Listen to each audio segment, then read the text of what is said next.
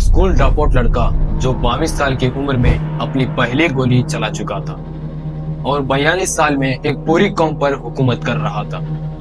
वो लड़का जिसके हाथ में केमिकल वेपन्स का बटन था, आज उसको एक गड्ढे के नीचे छुपा के पकड़ा गया। ये कहानी है सद्दाम हुसैन की। एक लड़का जो गरीबी से उठा और खौफ का राजा बन गया।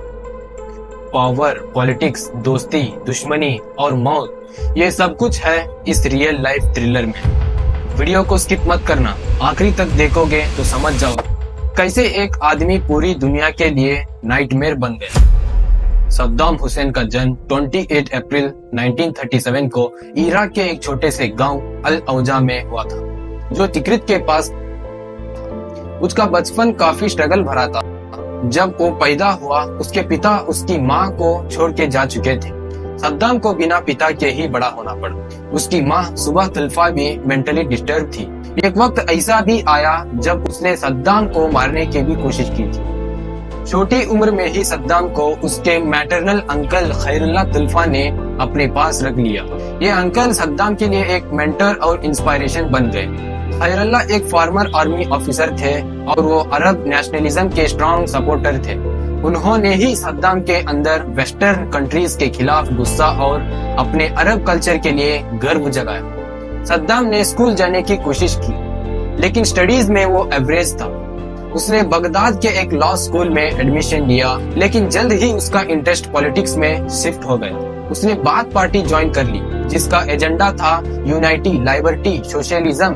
इस पार्टी के विजन था अरब कंट्रीज को यूनाइट करना और उन्हें वेस्टर्न इन्फ्लुएंस से मुक्त करना। यहीं से सद्दाम के पॉलिटिकल करियर की शुरुआत होती है। एक ऐसे लड़के की कहानी जिसे छोटी सी जगह से निकालकर दुनिया के सबसे फियर्ड डिक्टेटर्स में गिना जाने लगा। 1950 के इराक में हर तरफ पॉलिटिकल इंस्टेबिलिटी थी। मोनार्की गिर चुकी थी।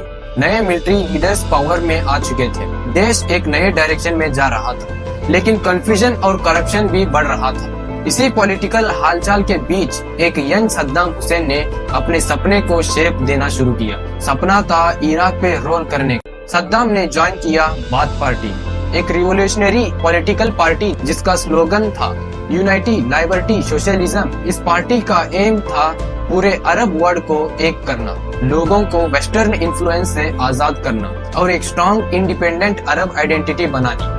बाथ पार्टी ने सद्दाम जैसे एम्बिटियस लोगों को अट्रैक्ट किया, जो सिस्टम के अगेंस्ट जाके कुछ बड़ा करना चाहते थे। सद्दाम का पहला बड़ा कदम आया 1959 में। तब सद्दाम सिर्फ 22 साल का था, जब उसने इराक के then prime minister Abdul Karim Qasim के खिलाफ एक असैसिनेशन प्लॉट में हिस्सा लिया।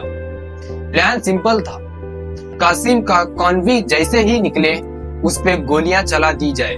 सद्दाम और उसके बाथ पार्टी के साथियों ने ये प्लान एग्जीक्यूट किया, लेकिन एग्जीक्यूशन गलत हो गए। गोली चली, लेकिन कासिम बच गया। सद्दाम खुद भी इस शूट आउट में इंजर्ड हो गया। उसके पैर में गोली लगी थी। वक्त ज्यादा नहीं था, सद्दाम इराक से भाग गया। पहले वो सीरिया गया, जहां बाथ पार्टी काफी एक्टिव थी। फिर वहां से वो इजिप्ट गया, जहां उसने एक्साइल में रहते हुए पॉलिटिकल साइंस की पढ़ाई की। इजिप्ट के उस टाइम के लीडर गमाल अब्देल नसीर एक अरब नेशनलिस्ट हीरो थे। सद्दाम उनसे काफी प्रभावित हुआ। नसीर का कैरिश्मा, उनके लीडरशिप स्टाइल और उनका एंटी वेस्टर्न स्टैंस सब सद्दाम के अंदर घुस गया। उसने डिसाइड कर लिया कि वो सिर्फ एक पॉलिटिशियन नहीं, एक मास लीडर बनेगा। इजिप्ट में सद्दाम ने अपनी आइडियोलॉजी को शेप दिया। उसने किताब पढ़ी, स्पीचेस लिखी और बाथ आइडियोलॉजी को समझा। बाथ पार्टी के लिए वो एक फ्यूचर एसेट बन गया। सद्दाम का फोकस अब सिर्फ इराक वापस जाके पावर लेना था। उसके अंदर का जुनून हर दिन बढ़ता गया। उसने बाथ पार्टी के दूसरे एक्साइल्ड लीडर्स के साथ कनेक्शन बनाया और प्लान बनाने लगा, कैसे इराक में वापस जाके एक नया इराक बनाया जा सके। इस दौरान सद्दाम का कैरेक्टर भी डेवलप होने लगा, एक कोल्ड, कैलकुलेटिंग और रूथलेस लीडर का। वो इमोशनल नहीं होता था, डिसीजंस लॉजिकल और स्ट्रेटेजिक लेता था। उसके लिए पावर सबसे पहली थी और इस पावर को पाने के लिए वो किसी भी हद तक जा सकता था। ये था सद्दाम का पॉलिटिकल रीबर्थ। एक फेल्ड असैसिनेशन अटेम्प्ट के बाद भी उसका जज्बा कम नहीं हुआ, बल्कि उसने एक्साइल में रहते हुए और ज्यादा सीखा और ज्यादा डेंजरस बन गया। वो अब एक ऐसा मिशन पर था जहां उसका एक ही लक्ष्य था, इराक की कुर्सी। 1963 में इराक में बाथ पार्टी ने मिलिट्री कॉप के जरिए पावर ग्रैब किया। सद्दाम वापस इराक आया, लेकिन जल्द ही इंटरनल कॉन्फ्लिक्ट्स की वजह से बाथ पार्टी पावर से निकल गई और सद्दाम को जेल भेज दिया गया। लेकिन सद्दाम ने जेल में भी अपनी नेटवर्किंग चालू रखी। वहां उसने अपने लॉयल सपोर्टर्स बनाए और बाथ आइडियोलॉजी को और मजबूत बनाया। 1968 में एक और कॉप सक्सेसफुल हुआ। इस बार बाथ पार्टी ने पूरी तरह से पावर ले ली। अहमद हसन अल बकर इराक के प्रेसिडेंट बने, लेकिन सद्दाम डेप्यूटी प्रेसिडेंट बन गया और असली कंट्रोल उसके हाथ में था। सद्दाम ने ग्रेजुअली हर डिसीजन मेकिंग पावर को अपने अंडर कर लिया। 1970 के दौरान सद्दाम ने इराक की इकोनॉमी और मिलिट्री को बिल्ड करना शुरू किया। ऑयल इंडस्ट्री को नेशनलाइज किया, जिसे इराक के पास पैसा आया। उस पैसे का यूज स्कूल्स, हॉस्पिटल्स, इंफ्रास्ट्रक्चर और मिलिट्री मॉडर्नाइजेशन में किया गया। इराक उस टाइम एक मॉडर्न अरब स्टेट बन रहा था। सद्दाम ने सिमल्टेनियसली सीक्रेट पुलिस और इंटेलिजेंस सिस्टम बनाया, जिससे हर अपोजिशन वॉइस को दबाया जा सके। हर मोहल्ले में इन्फॉर्मर्स थे। सद्दाम ने एक ऐसे सिस्टम का निर्माण किया जिसमें लोगों के मन में उसका डर बीत गया। 1979 में प्रेसिडेंट अल बकर को रिटायरमेंट लेने के लिए मजबूर किया गया और सद्दाम इराक का प्रेसिडेंट बन गया। उसने अपनी पावर को पब्लिक में दिखाने के लिए एक शॉकिंग ड्रामा किया। उसने बाथ पार्टी के एक मीटिंग में कहा कि कुछ लोग गद्दार हैं। फिर एक एक करके लोगों के नाम लिए गए। उन्हें तुरंत अरेस्ट किया गया और कुछ दिनों में उन्हें मार दिया गया। ये सब कुछ टीवी पर दिखाया गया। सद्दाम का मैसेज क्लियर था, मैं बॉस हूँ और जो भी मेरे खिलाफ गया उसका यही अंजाम होगा। उसके बाद सद्दाम ने एक पर्सनली कल्ट बिल्ड किया। हर जगह उसकी तस्वीर, हर स्कूल में उसका नाम, टीवी और रेडियो में उसकी तारीफ। सद्दाम खुद को फादर ऑफ द नेशन बताने लगा। उसने अपनी फैमिली मेंबर्स को इम्पोर्टेंट पोजीशन में रखा। उसका बेटा उदय हुसैन न्यूटोरियस था अपने वायलेंट और सैडिस्टिक नेचर के लिए। सद्दाम ने इराक को एक स्ट्रॉन्ग सेंट्रलाइज्ड डिक्टेटरशिप में बदल दिया, जहां एक ही रूल था, सद्दाम का रूल। 1979 में इराक में इस्लामिक रेवोल्यूशन आई, जिसमें शाह को हटाकर आयतुल्लाह खोमेनी पावर में आए। सद्दाम ने इससे एक अपॉर्चुनिटी समझा। उसने सोचा कि ईरान अब अनस्टेबल है और अगर इराक अटैक करे तो वो इजीली जीत जाएगा। 1980 में सद्दाम ने इराक पे अटैक कर दिया, पर वार कुछ हफ्ते नहीं बल्कि 8 साल चली। दोनों साइड्स ने केमिकल वेपन्स यूज किया, ब्रूटल टैक्टिक्स अप्लाई किया और लाखों लोग मरे। इराक ने हलब्जा जैसा मैस्कर किया, जहां केमिकल गैस से हजारों लोग मरे, मोस्टली कर्दिश सिविलियंस। सद्दाम ने वार को एक हॉली अरब स्ट्रगल बना के प्रेजेंट किया, पर असली में इराक की एक इकोनॉमी क्रैश होने लगी। लोग थक गए और यूथ जनरेशन बर्बादी की तरफ जा रही थी। सद्दाम ने फिर भी अपनी प्रोपेगेंडा मशीन से वार को जस्टिफाई किया। ईरान के साथ वार के बाद इराक पर कर्ज चढ़ गया, खासकर कुवैत और सऊदी अरब से लिया गया। सद्दाम ने कुवैत से मांग की कि वो इराक का कर्ज माफ करे। कुवैत ने मना किया तो सद्दाम ने सोचा कि सबक सिखाना जरूरी है। 1990 में इराक ने कुवैत इन्वेड कर दिया। सद्दाम ने कहा कि कुवैत इराक का पार्ट था और ऑयल रिसोर्स इलीगली यूज कर रहा था, पर दुनिया ने इस एक्शन को एग्रेसिव एक्ट माना। यूनाइटेड नेशंस ने तुरंत कॉन्डेमनेशन दिया और यूएसए लेड कोलिशन ने मिलिट्री एक्शन प्लान किया। 1991 में ऑपरेशन डिजर्ट स्टॉर्म लॉन्च हुआ। सिर्फ कुछ हफ्तों में इराक की मिलिट्री को पीछे धकेल दिया गया और कुवैत को फ्री करवा दिया गया। सद्दाम की आर्मी डिवेस्टेट हो गई, लेकिन सद्दाम को रिमूव नहीं किया गया।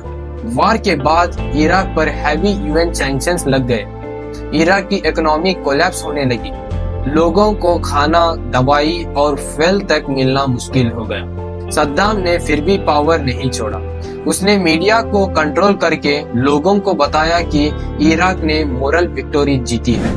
गुल्फ वॉर के बाद इराक में हर तरफ फ्रस्ट्रेशन और गुस्सा था। शिया और कुर्दिश कम्युनिटीज ने अपनी साइन स्टार्ट की, लेकिन सद्दाम ने इन्हें ब्रूचुअल फोर्स से क्रश कर दिया।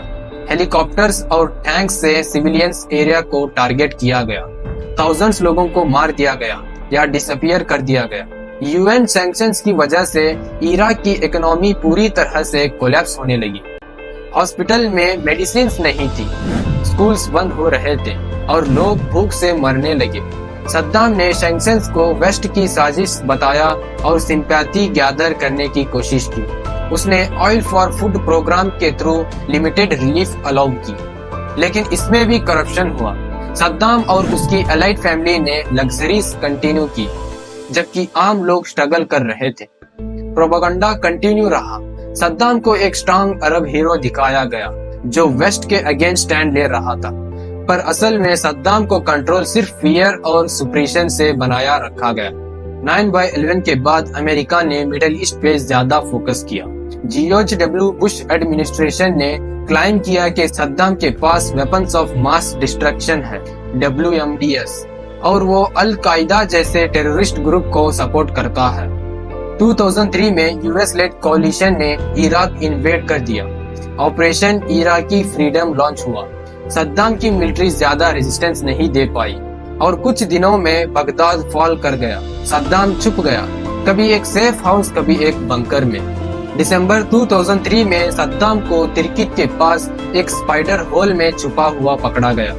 उसका बेहाल चेहरा टीवी पर दिखाया गया। दुनिया भर के लोग ने देखा कि एक डिक्टेटर कैसे गिरा हुआ मिलता है। सद्दाम पे क्राइम्स अगेंस्ट ह्यूमैनिटी के चार्जेस लगे। ट्रायल के दौरान उसने अपना स्टैंड चेंज नहीं किया।